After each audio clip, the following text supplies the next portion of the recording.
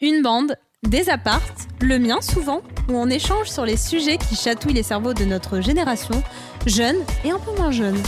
Et un épisode, c'est quoi ? C'est un échange avec un ou une invitée que je connais de près ou de loin, sur un parcours de vie, une idée, une histoire. Bienvenue dans Bande Apart. Bande Apart. Bonsoir. Bonsoir Florent, petit Flo le BG, voilà, ça part déjà, tout de suite on y va, on va dans le dur. Est-ce que tu pourrais te présenter en une image ?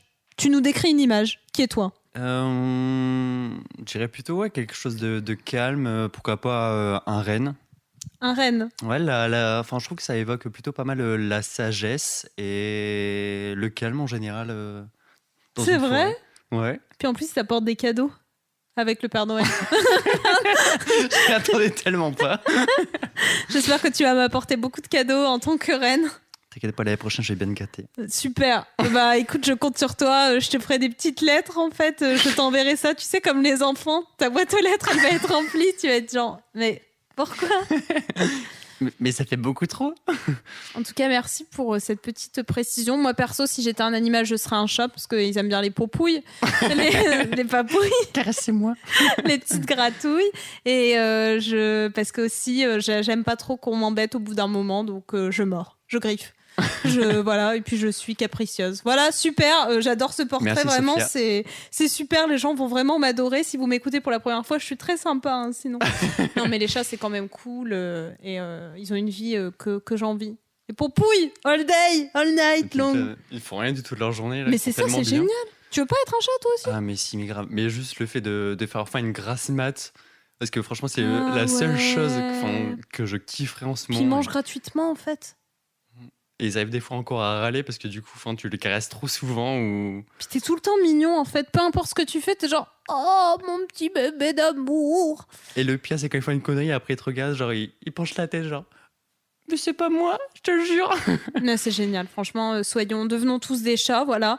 C'est vraiment... et en plus, ils ont pas le Covid, les chats, je crois. J'espère, peut-être. Et on pourrait lancer un hashtag.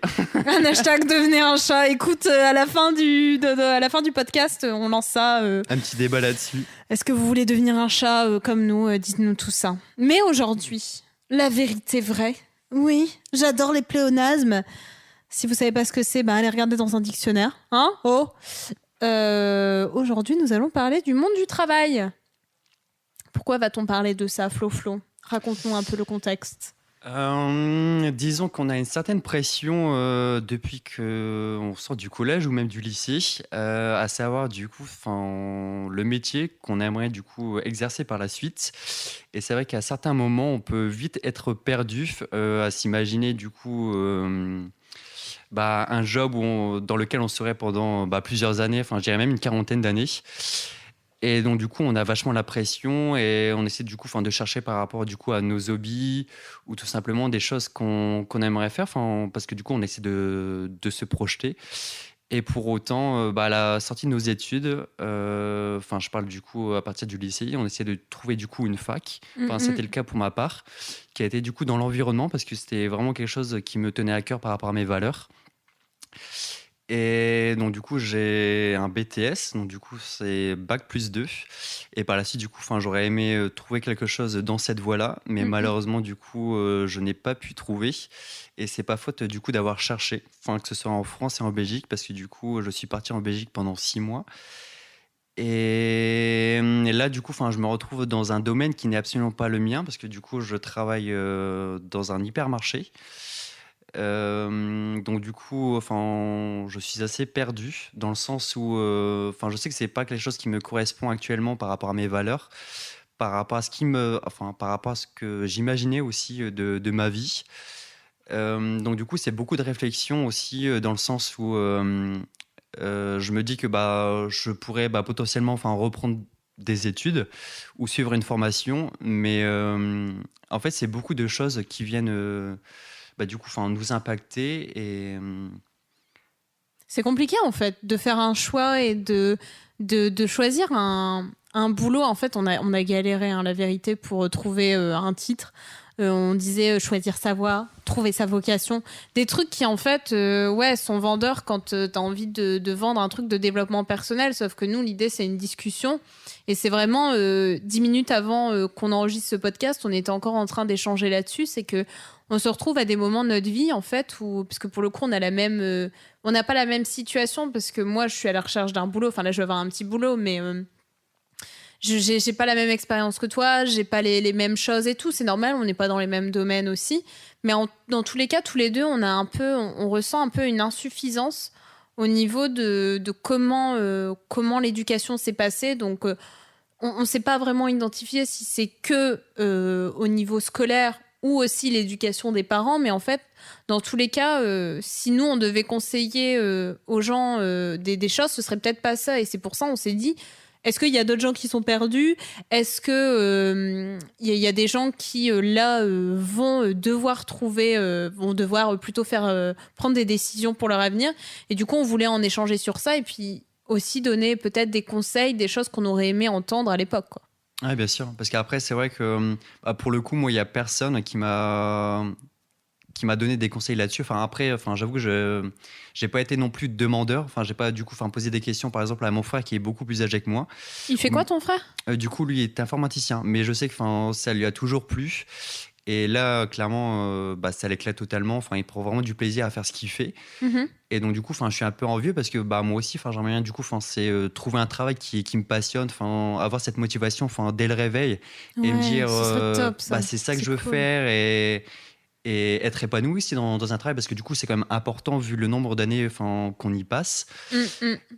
Et donc, du coup, je suis un peu à la recherche de moi-même par rapport à ça, ouais. Mais déjà, c'est important de replacer. Tous les deux, je pense qu'on est des gens où, pour le coup, oui, t'as des valeurs, t'as des priorités, mais c'est vrai que le boulot, c'est hyper important. En fait, le travail, déjà, ça te prend énormément de place dans ta vie. Et pour moi, perso, tu vois, ça me permet de me dire, je fais ça, j'apporte quelque chose à la société. Toi, c'est comme ça aussi ? Ouais, exactement.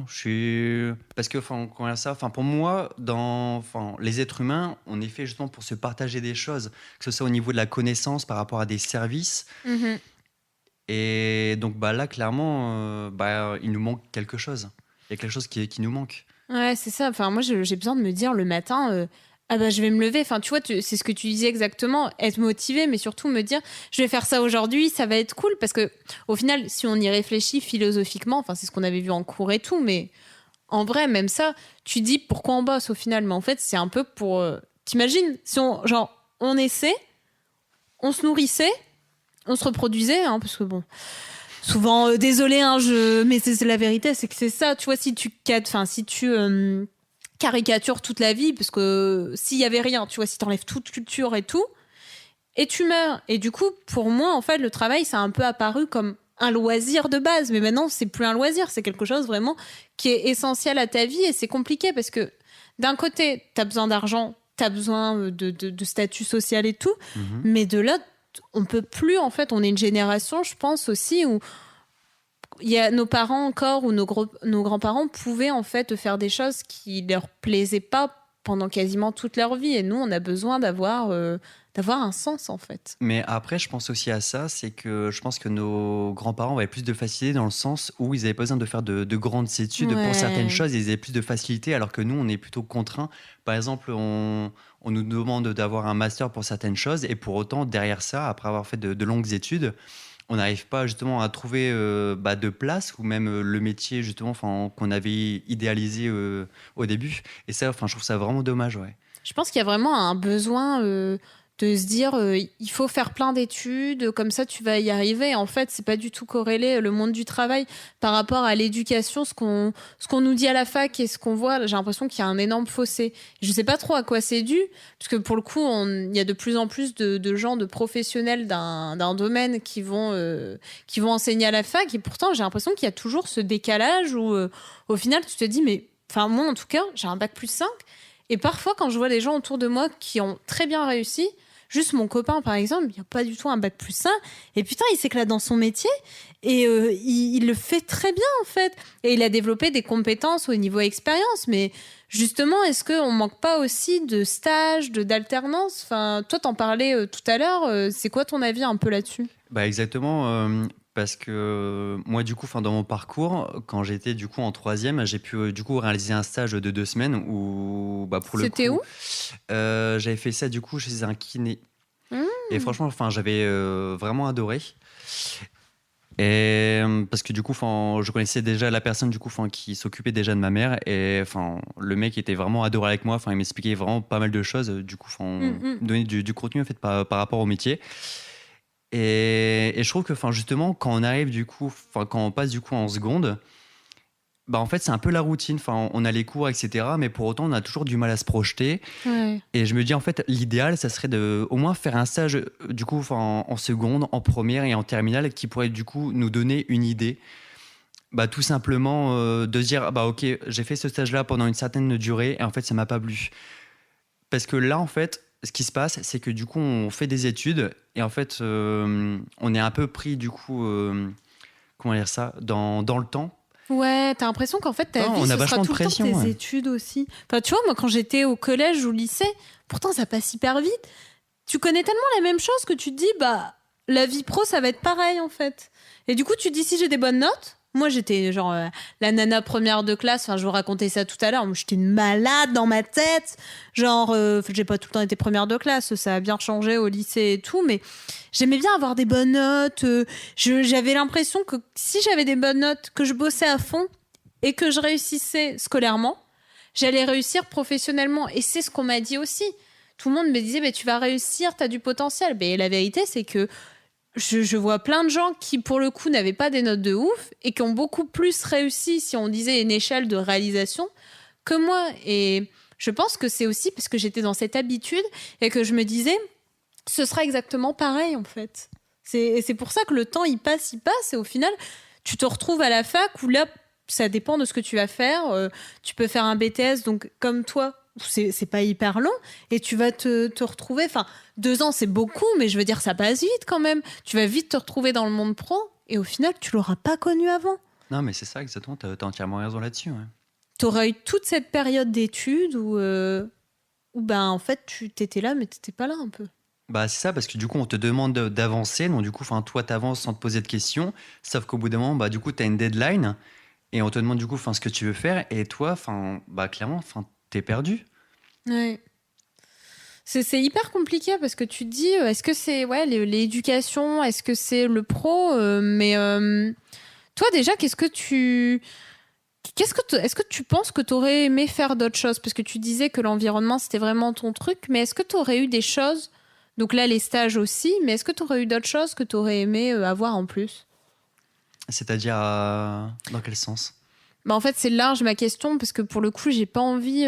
Moi, par exemple, j'aurais bien aimé me dire que... En fait, j'aurais bien aimé tester plusieurs choses. J'aurais bien aimé, tu vois, par exemple, j'ai fait une licence de droit. J'aurais bien aimé faire une licence de droit, pouvoir faire un peu de cours d'art à côté et pouvoir, je sais pas, faire un peu de com aussi à côté. Tu vois, avoir plusieurs trucs. Ok, ouais. Avoir plusieurs enseignements, en fait. D'accord. Et toi, ça aurait été comment si t'avais pu changer un truc Bah, déjà, je pense que j'aurais du coup voulu avoir plus de temps libre. C'est pour faire des activités du coup à côté de mes études. Parce que clairement, j'ai jamais été quelqu'un qui était très studieux. J'avais beaucoup de facilité. Et je trouve que juste le fait justement d'avoir des hobbies, ça te permet en fait de te connaître un peu. Et en te connaissant justement, tu sais déterminer du coup assez tôt ça, pareil, les choses que t'aimes, les choses que t'aimes pas. Et pour te projeter aussi, te dire ça franchement, je kiffe de dingue et peut-être que justement je vais en faire mon métier. Et donc du coup, je trouve ça vachement intéressant et peut-être que on n'a pas assez de temps en fait par rapport à ça. Et c'est peut-être con ce que je vais dire, mais on se formalise peut-être un peu trop sur des banalités. C'est ça, c'est qu'en fait, moi je sais que comme j'ai été éduquée, c'était beaucoup les cours. Ma mère m'a laissé faire d'autres activités, mais c'était pas ce qui était en priorité. Si par exemple j'avais envie de, je sais pas, faire des cours de danse ou ce genre de choses, bah c'était pas grave que je rate plusieurs cours. Par contre, si j'allais ne pas faire de devoirs, là ça va être la fin du monde.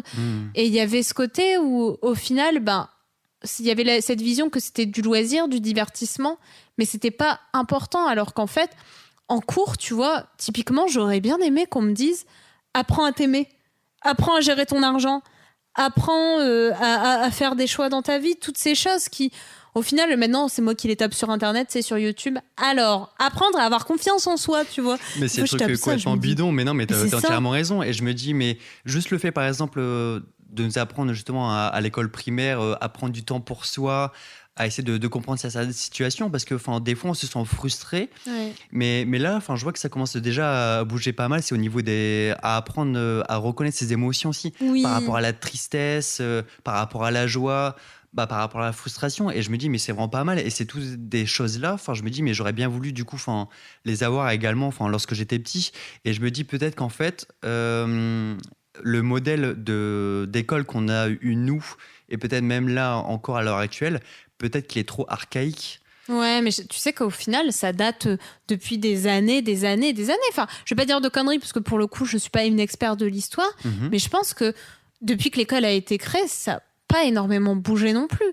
Ça a bougé, mais pas énormément, et du coup, on est dans un système où on est plus adapté. Même les entreprises, tu vois, on parle beaucoup de soft skills dans tes CV et tout, c'est grosso modo une manière de te comporter, c'est plus des compétences que tu vas pouvoir montrer, mais qui sont transverses, qui n'ont pas besoin d'être spécifiques à un métier du style je sais être bienveillante, tu vois. Et il y a ça m'a un peu frappée, parce qu'en fait je remarque qu'il y a un soft skill qui est beaucoup recherché par les recruteurs, c'est l'intelligence émotionnelle. C'est la capacité à...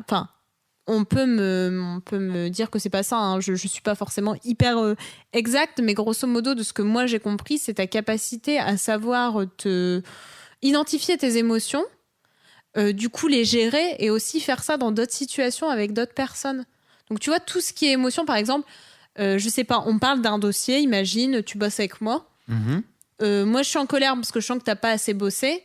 Toi, tu vois, tu t'en fiches complètement et tout. Je sais reconnaître que je suis en colère, je sais te l'exprimer, et je sais faire en sorte de, tu vois, t'engager dans le projet pour régler ça. Ou je vois deux autres collègues à qui ça arrive. Ok, ouais, du coup, vachement dans l'analyse en fait de la personne, et surtout de soi en fait. Ouais, de son émotion, de tout ça. Et je me dis, au final, si les entreprises recherchent ça, c'est aussi parce que nous, on exprime un besoin. Mais pourquoi on l'a pas à l'école, en fait ?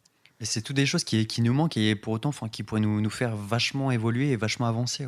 Ouais, mais je pense que c'est ça. Au final, on dit monde du travail, mais le monde du travail, il y a beaucoup de choses. On va en parler dans quelques instants. Mais je pense que déjà, il y a beaucoup de choses à faire à l'école, pratique aussi. Et je sais pas si c'est un conseil qui peut paraître what the fuck, et ça sort complètement des gonds de ce qu'on peut avoir. Tout.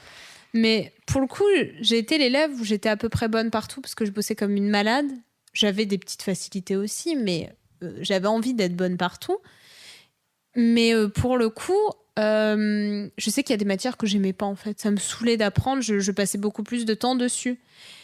Et je pense que ce serait bien de mettre un système en place où, effectivement, on écoute aussi si les élèves sont meilleurs dans ça, et qu'ils aiment être meilleurs dans ça aussi. Parce que si t'es juste meilleur parce que t'as des facilités, mais ça te fait pas vivre... qu'on les blâme pas, parce que j'ai l'impression qu'on doit toujours être bon partout, tu vois. Le principe de moyenne, faut quand même admettre qu'en fait, si genre t'es pas excellent dans le domaine que t'aimes bien, ça veut dire que toutes tes autres matières, tu peux pas te permettre d'avoir 1 ou 2, quoi. Et c'est ça exactement, et donc du coup, ça te crée la peur de l'échec, parce qu'en fait, t'es tellement habitué du coup à avoir des bonnes notes que le jour où justement, tu as monté par exemple de classe, où tu vas rater du coup un simple contrôle, en fait tu vas t'en vouloir à fond, alors que en soi tu dis mais c'est juste un contrôle par rapport à ta vie, mais c'est absolument rien, ça représente, c'est pas du tout représentatif par rapport à ta vie. Mais c'est hyper intéressant que tu dis ça. En fait, tu fais ma psychanalyse. Flo fait ma psychanalyse. J'ai fait une recommandation, ça y est, en finale, j'ai trouvé ma voie. Tu vois, c'est bien cette conversation grâce à Bande à part. N'hésitez pas, si vous voulez trouver votre voie, venez parler, puis on vous aide. Non, mais ce que tu dis, c'est hyper intéressant, parce que tu vois, moi, je déteste l'échec. J'ai un vrai problème. Quand tu dis ça à n'importe qui, il va dire, mais c'est hyper... En fait, ça te construit l'échec. Souvent, c'est quand tu échoues que tu vas te donner tous les moyens, et que tu vas vraiment te dire, moi, je veux cette chose. Mais moi, c'était ça. J'ai tellement pas été habituée que je vis très mal l'échec. J'ai pas eu énormément... Enfin, comme tout le monde, j'ai pas eu non plus 10 000 échecs dans ma vie, parce que après, du coup, comme j'ai peur de l'échec, je ne me lance pas trop. Tu vois, je suis futée. Mais c'est exactement ça. Et moi, j'étais pareil. Par exemple, pour ce qui est de l'échec, du coup... je sais que lorsque j'ai passé du coup mon permis pour la première fois, je l'ai pas eu. Enfin, c'était pour une connerie, enfin vraiment bête. Ouais.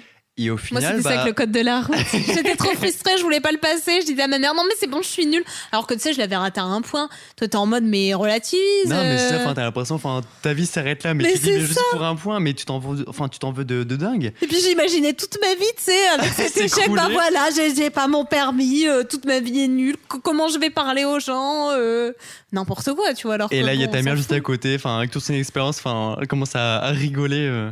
Ouais, et puis elle te dit, c'est pas grave. Après, enfin, moi, ils avaient une façon de me rassurer qui m'aidait pas forcément non plus, tu vois. Moi, ils me disaient, bah, si tu veux pas réussir, arrête là.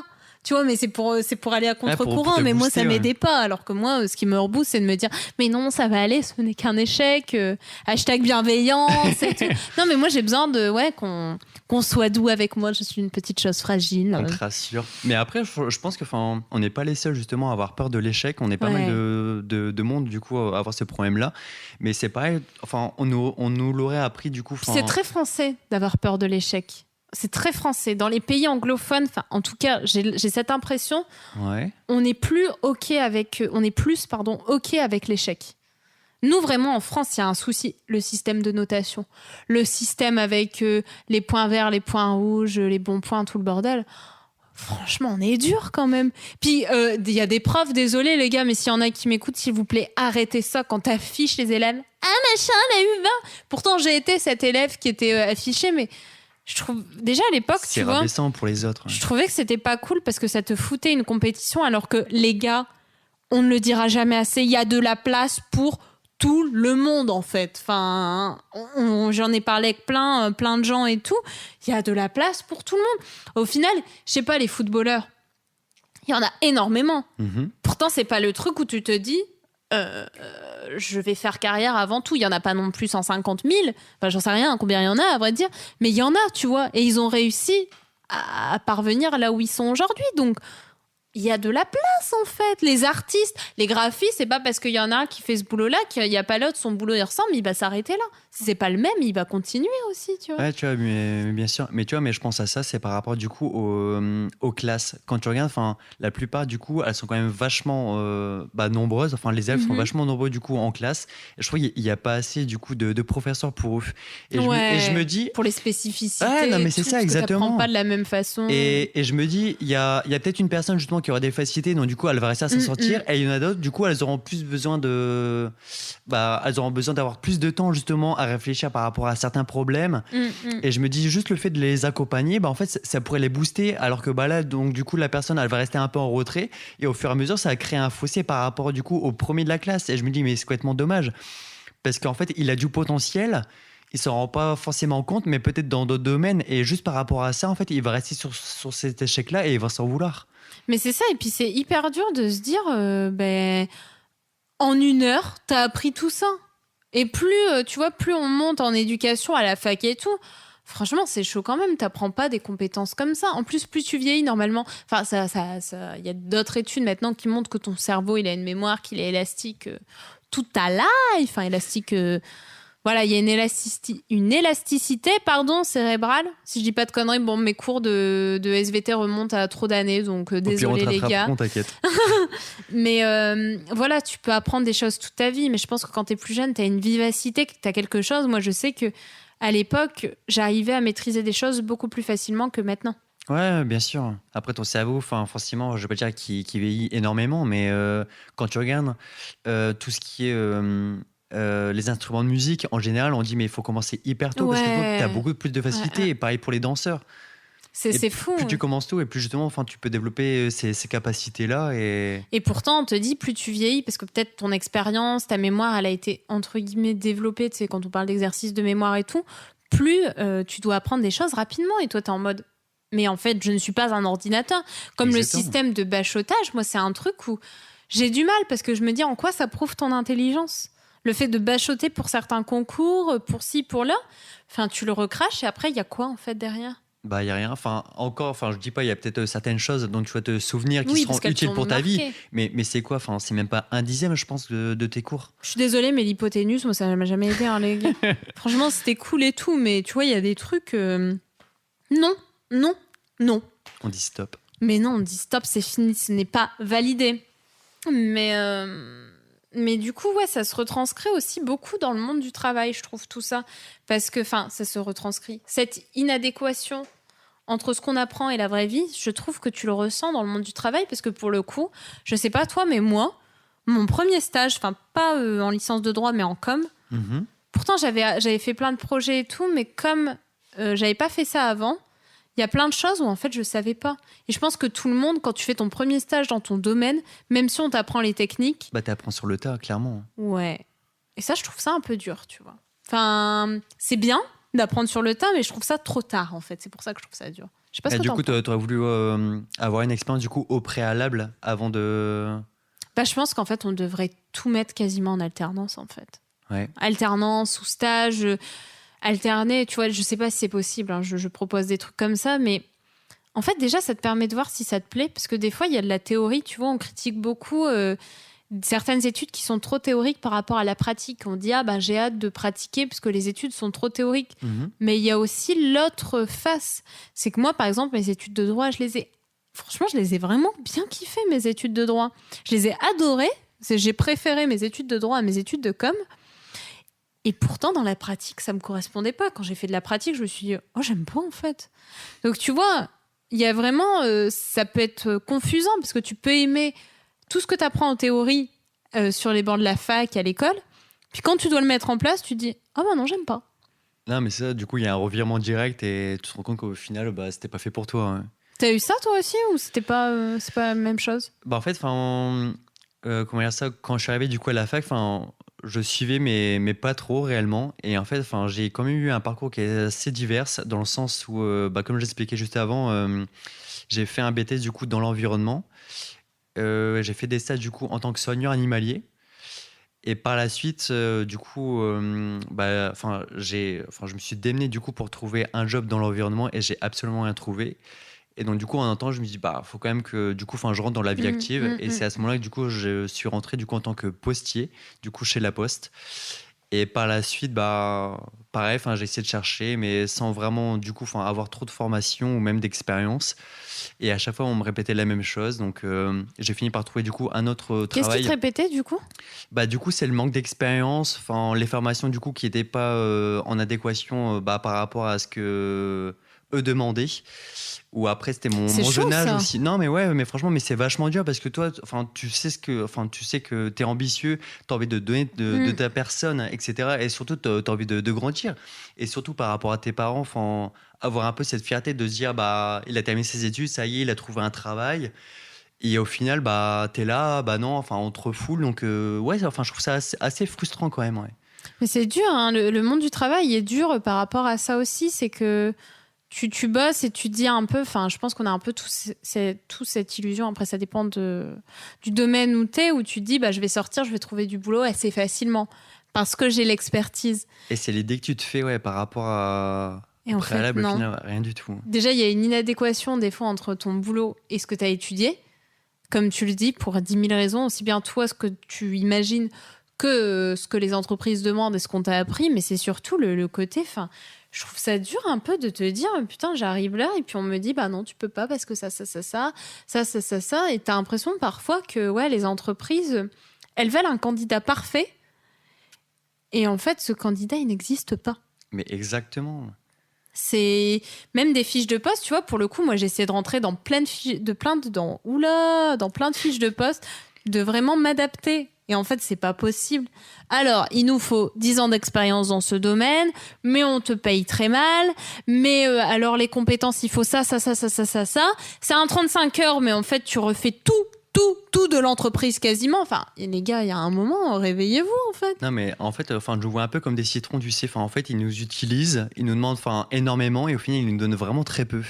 Je pense qu'il y a des entreprises quand même qui ne font pas tout ça, mais c'est vrai qu'il y a beaucoup d'entreprises où je pense que notre génération se pose la question parce que on voit, notre génération, mais je l'élargis, hein, c'est pas juste 20-30 ans, je pense qu'il y a des gens plus âgés qui se reconvertissent beaucoup, qui vont dans des choses plus autour de la bienveillance, la gestion des émotions, etc. Parce que vraiment, je trouve qu'on parle de plus en plus de burn-out, de dépression, de tout ce genre de choses qu'une entreprise peut faire. Et c'est vrai que ça pose la question, est-ce que le monde du travail est toujours adapté à nos attentes. Est-ce que ça nous correspond vraiment? Enfin, qu'est-ce qu'on peut faire pour améliorer ça? Parce que c'est compliqué quand même. Bah après, ouais, pour moi, c'est vraiment des choses qu'on doit mettre en application, mais du coup, au préalable, à savoir, enfin, déjà, dans un premier temps, c'est apprendre à se connaître. Ouais. Et enfin, pour moi, ça me paraît vraiment essentiel afin, du coup, d'aboutir justement à quelque chose par la suite. Aller un peu aussi hors des sentiers battus, parce qu'apprendre à se connaître, c'est pas seulement faire des tests de personnalité. Ouais, non, rien c'est à important, voir. mais tu vois, Pour quand moi, tu c'est disais vraiment les global, loisirs et tout, apprenez à vous faire confiance aussi. Enfin, j'aimerais bien, moi, on me l'a dit plusieurs fois et j'aime bien entendre ça. Enfin, ça me fait, je le retiens pas forcément, mais je trouve que c'est important de savoir ça aussi. Si franchement ton intuition ou juste toi tu te dis vas-y j'ai pas envie de faire ça, alors que tout le monde te dit fais une école de commerce c'est génial, Mais fais-le pas. bah n'y va pas en fait. Juste n'y va pas. Je pense que souvent on s'écoute pas et pourtant la petite voix qu'on a au fond de nous, elle sait, même dans des boîtes. Je suis sûre qu'on a tous eu des expériences. T'y allais, t'as passé l'entretien et tu t'es rendu compte qu'il y a un truc qui clochait. Tu savais pas mettre les mots. Au final, t'as testé de bosser là-bas et tu t'es dit waouh, je le savais. Moi, j'ai déjà eu ça, des entreprises où j'ai fait une crise d'angoisse. À ce point-là? Ah ouais, non, mais mon Et corps. c'était passé quoi du coup exactement? Bah, je vais pas rentrer, je vais pas clasher des entreprises comme ça. Mais en fait, juste la veille, il y avait eu des trucs qui étaient un peu flous et tout. Et j'ai fait une crise d'angoisse et genre vraiment la veille de rentrer et j'avais plus envie d'y aller quoi. Mais c'est n'importe quoi. Enfin mes potes et tout, j'étais en mode au secours, je vais pas y aller. Alors tout le monde disait mais tente, ça te fait une expérience, c'est bien. Mais au final, ce que je pensais déjà, ça s'est révélé vrai. Mais c'était, tu vois, ma petite voix le disait. Après c'était des expériences qui m'ont forgé aussi. Mais je sais pas toi, mais aussi à un moment de ta vie, tu te dis j'ai plus envie non plus de tout donner pour le boulot. Et c'est OK, en fait. C'est pas que j'ai plus envie de rien vous donner, les boîtes. C'est juste que c'est donnant. J'ai envie de vous donner... Déjà, il y a ça. Mais surtout, j'ai envie de vous donner des choses que je suis capable de vous donner et que vous pouvez prendre sans que moi, ensuite, je regrette de l'avoir donné. C'est un peu comme dans une relation amoureuse, en fait, ou amicale, dans toutes les relations. Je pense qu'il faut aussi que certaines entreprises comprennent que si on fait ça parce que ça nous passionne, parce qu'on a envie de le faire. Et que si on fait, ça importe. Des fois, tu feras des choses qui ne te plairont pas, c'est certain. Mais si tu fais toujours tout sous le format de la contrainte et que tu fais tout en subissant et en donnant plus que ce que tu ne peux donner, en fait, au bout d'un moment, ta ressource d'énergie, elle est épuisée. Elle est épuisée, clairement. Ouais. Et c'est pour ça aussi qu'on a des burn-out et tout. Et ça, je pense il faudrait un peu, tu vois, des gens qui soient les baromètres, tu vois, qui puissent prendre un peu la température du niveau d'énergie, enfin, puissent mesurer. Au bout d'un moment, ouais. Mais après, je trouve que on essaie un peu trop de nous mettre dans un moule, en fait, par rapport à la personne qu'on est réellement et ce qu'on veut de nous. Et je me dis, en fait, des fois, il y a des grosses différences. Et je pense que aussi, c'est pour ça que des fois, on est un peu perdu. Parce que donc, du coup, en fait, on est partagé entre notre moi profond et la personne qu'on est censé être. Ouais. Et là, en fait, on se rend compte que justement, toutes ces choses-là, mais en fait, elles ne nous correspondent pas du tout. Et c'est dur de l'admettre. Enfin, tu vois, là, pour le coup, moi, je vais faire un petit boulot et tout. Enfin, je parle de ça, mais je trouve que ça fait un bon parallèle. Mais en fait... avec une période de chômage, donc là, il y a le Covid et tout. Et je me suis beaucoup entendue dire par un peu plein de gens, mais tu fais quoi maintenant? Qu'est-ce que ci, qu'est-ce que là? Et en fait, les gens se rendent pas compte que ça peut être stressant.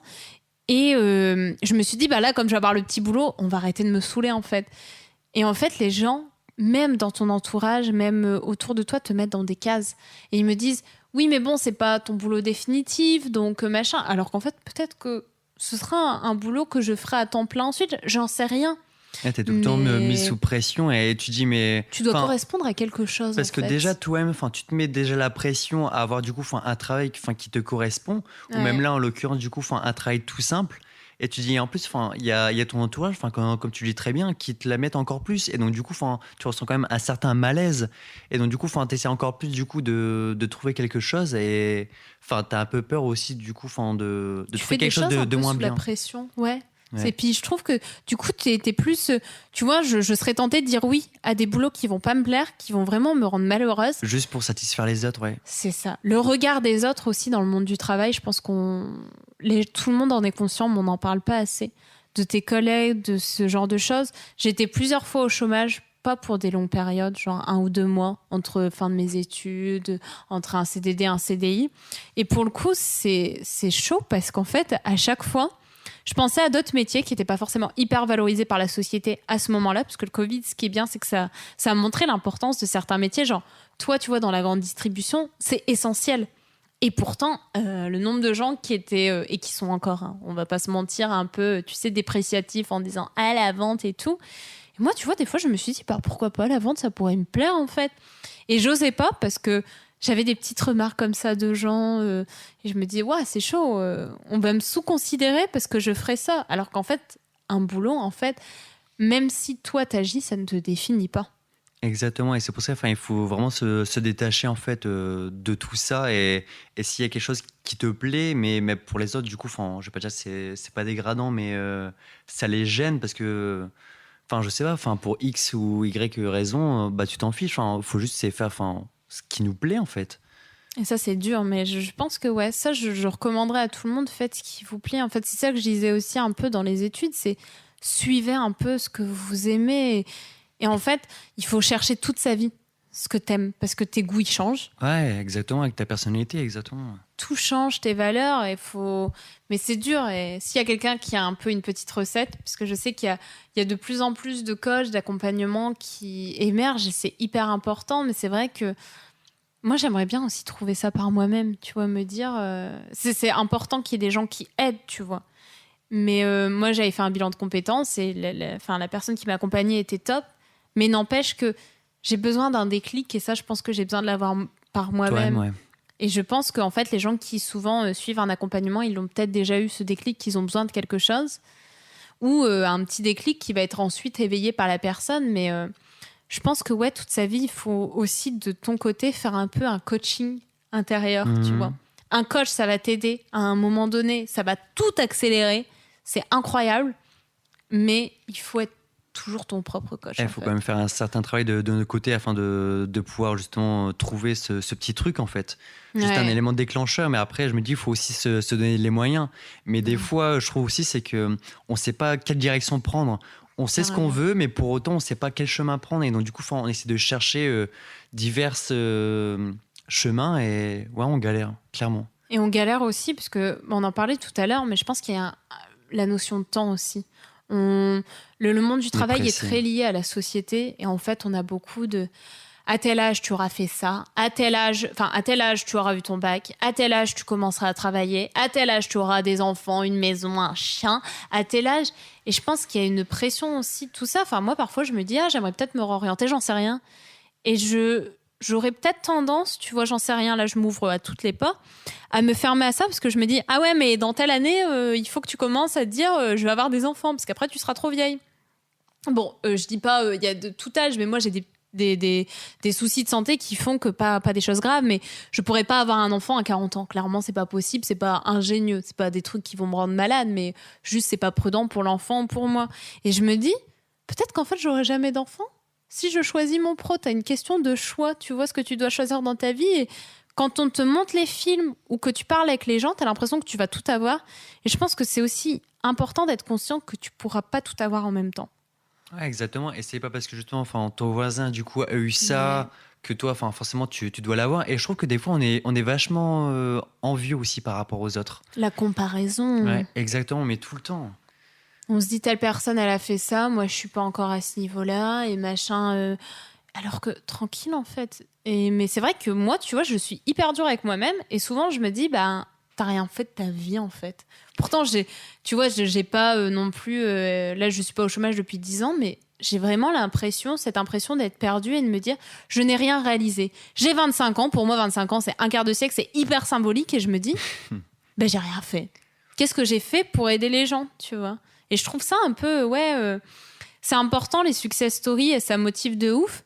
Mais j'avoue que des fois, moi, je suis obligée de ralentir. Pourtant, c'est des trucs hyper positifs parce que je me dis, et moi, à côté? Ah, mais c'est ça, du coup, malheureusement, je vais pas dire malheureusement, mais ça te permet aussi de prendre du temps pour toi, peut-être pour aussi réfléchir à ce que tu voudrais faire par la suite, dans une formation ou quelque chose comme ça. Et ça peut être aussi bénéfique aussi pour toi. On s'en rend pas forcément compte, mais avec le temps... Prendre du temps, en fait. C'est ça, parce que regarde-moi par exemple, je sais que c'est pas le métier idéal pour moi et pour autant bah, je trouve que j'ai pas assez de temps en fait pour réfléchir par rapport à tout ça. Et je me dis, enfin, j'aimerais bien l'avoir en fait.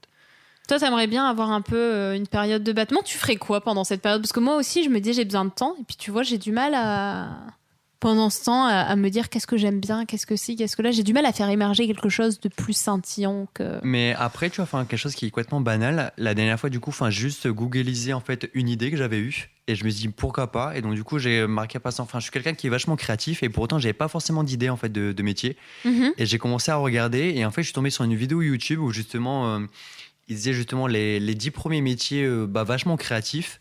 Et là, j'ai commencé à regarder du coup la liste et j'ai commencé du coup à regarder d'autres vidéos YouTube en rapport du coup avec le métier. Et là, enfin, je vais pas dire que j'ai eu un gros déclic, mais ça m'a rappelé certaines choses et en fait, je me projetais, je me disais mais pourquoi pas en fait? Parce que du coup, il y a pas mal de points en fait qui me ressemblaient, enfin que ce soit par rapport à moi ou mes valeurs. Et je me suis dit mais en fait, enfin, c'est des bonnes idées, enfin, c'est des trucs tout con en fait. Enfin, c'est juste une idée en fait qui arrive comme ça. Et donc là, du coup, enfin, tu commences à faire des recherches. Ou après, tu peux juste essayer d'en parler. Enfin, des fois, c'est tout bête. Mais juste le fait de rencontrer de nouvelles personnes, tu demandes ce qu'elle fait. Et là, du coup, elle commence à t'expliquer, bah, moi, je suis Les dans tel rencontres, domaine. c'est Non, mais c'est important, ça, en ouais, fait. mais vachement. Et je pense qu'on en a tous besoin. On s'en rend pas forcément compte non plus, mais. Mais c'est vrai qu'il y a beaucoup de webinars, de genre de choses et tout, mais j'ai l'impression que c'est très spécialisé souvent. Mais je pense qu'on devrait des fois organiser des choses où, tu vois, on mettrait plein de gens avec des univers très différents et hop, les gens viendraient échanger parce que c'est ça. Moi, on me dit tout le temps, il y a plein de boulots, il y a plein de métiers que tu connais pas, mais ils sont où en fait? Parce que moi aussi, je recherche beaucoup, tu vois, sur YouTube et tout. Mhm. Et pourtant, je retombe toujours sur la même famille de métiers. Mon bilan de compétences, c'était la même famille de métiers. Mais essaye plutôt d'élargir où je te dis. Mais après, enfin, ce qui serait pas mal, tu sais, ce serait comme un forum des métiers où justement, enfin, Ouais. chaque personne, enfin, d'un On métier mélange différent, du tout. coup, viendrait, ouais, c'est ça exactement, viendrait expliquer du coup son domaine, ses tâches, en fait, enfin, il expliquerait vraiment en détail, enfin, ce qu'il fait et ce qui le motive justement. Parce que des fois, enfin, c'est quelque chose qui est bête également. Juste le fait de savoir que la personne est passionnée, ça peut aussi du coup, enfin, te passionner et du coup C'est t'intéresser ça. en fait à quelque chose. La passion, j'en reparlerai dans un autre épisode, mais c'est vrai que c'est hyper important et juste aussi, je pense que le monde du travail, donner sa chance à des gens qui n'ont pas le diplôme parfait, qui ont pas... parce que des fois, tu peux te réorienter et faire un boulot, mais magnifique, que quelqu'un qui avait l'expertise n'aurait pas fait aussi bien parce qu'il n'avait pas la passion. C'est ça. Et comme tu le dis, enfin, justement, on devrait, c'est pas forcément recruter quelqu'un du coup sur ses bases de diplôme, mais plutôt par rapport à ses compétences que lui, il a à offrir et aussi par rapport à son savoir-être. Je trouve que c'est vachement important maintenant dans une société, dans une entreprise aussi. Je suis tout à fait d'accord, complètement d'accord. Et dernière petite question. Parce que je Dis-moi. pense qu'on a bien abordé tout ça et puis j'aimerais bien aussi que les gens réagissent parce que sinon on parlait 3 heures. Si tu devais résumer le monde du travail idéal pour toi avec une image, j'adore les images dans cet épisode, qu'est-ce que ce serait? Ça peut être un emoji, ça peut être n'importe quoi, hein. Je te dis une image mais ça n'a pas besoin d'être un tableau. Bah, j'aime bien l'idée que tu as décrite tout à l'heure, c'est justement par rapport à cette relation. La relation, enfin, la relation amoureuse en fait. Parce qu'en fait, tu as entièrement raison. Parce que tu donnes de ta personne et l'entreprise, du coup, t'apporte enfin, également quelque chose, enfin, que ce soit des compétences ou un Mhm. savoir-être. Et je me dis, enfin, et je trouve ça vachement important et je me dis,